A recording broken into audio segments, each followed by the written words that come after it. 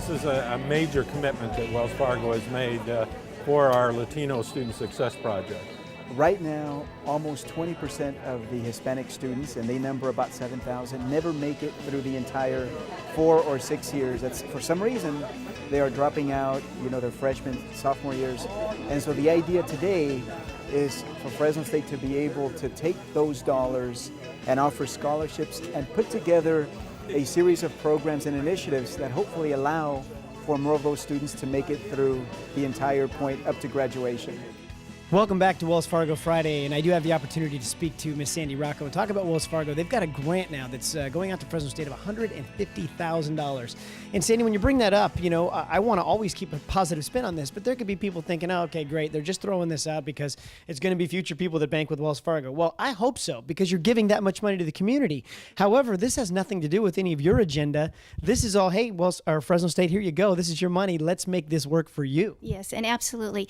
I want to emphasize this has nothing to do with projects for Wells Fargo Bank. Right. Again, it's all about, we hope that, again, we can capture students coming from Fresno State to be employed at Wells Fargo Bank as any other industry would.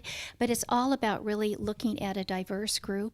This is the last house in our 11-unit subdivision, and it's so exciting to see this go from just raw dirt to 11 homes and 11 great families, so we couldn't be more excited. All right, well, I'm actually going to get into a little more of the mission of Habitat, but I want to introduce Mr. Brian James. How are you, sir? Very good, thank you. Good. It's really fun to have Wells Fargo involved because these projects don't work if you don't have the funding or the manpower to make that happen, and that's kind of what Wells Fargo's jumped in to do and say, look, we're here for support, and it just makes this happen.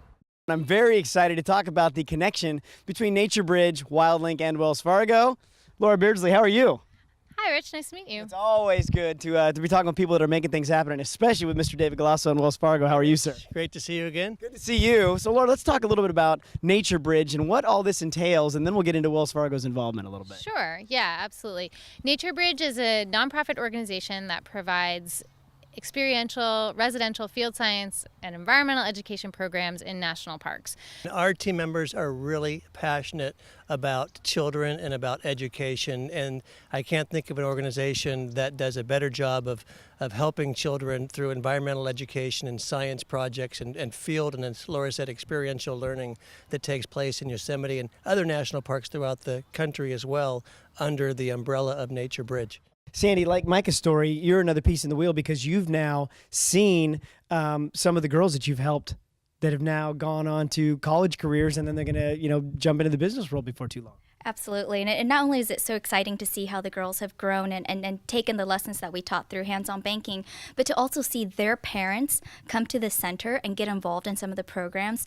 And what Stone Soup does it's so special is that not only do they work with kids, as Micah has mentioned, but they also work with their parents. And so they really strengthen families altogether. Right. And it's incredible for me to see the purpose that some of these parents get by coming here to teach other kids and other parents about how to make an instrument, sure. A traditional instrument that could play traditional folk music. And so Stone Soup is just so unique in that way, where they're touching lives from kids 0 to 5 and onto young adults, all the way up to adults. Camp Taylor rocks the house! I said, who rocks the house? Camp Taylor rocks the house! Good morning and welcome to Valley Life. My name is Stephen Barbieri. I'm with Wells Fargo Bank. I'm the Vice President and District Manager up in the Modesto area. We're here today with some folks from Camp Taylor.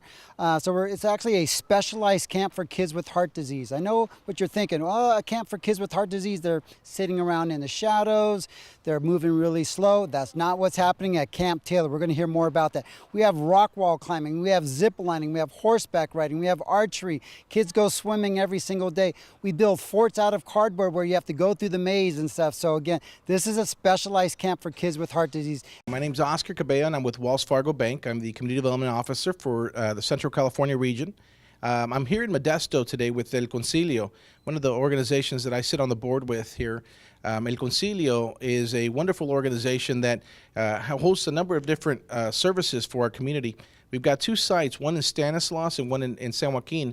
But today we'll be meeting with Yamilet and Eduardo here in Stanislaus County, talking about some of the services that we offer some of the community here. And I'm particularly proud of working with an organization like this. Wells Fargo supports our commitment to the community by allowing us the opportunities to work with our community.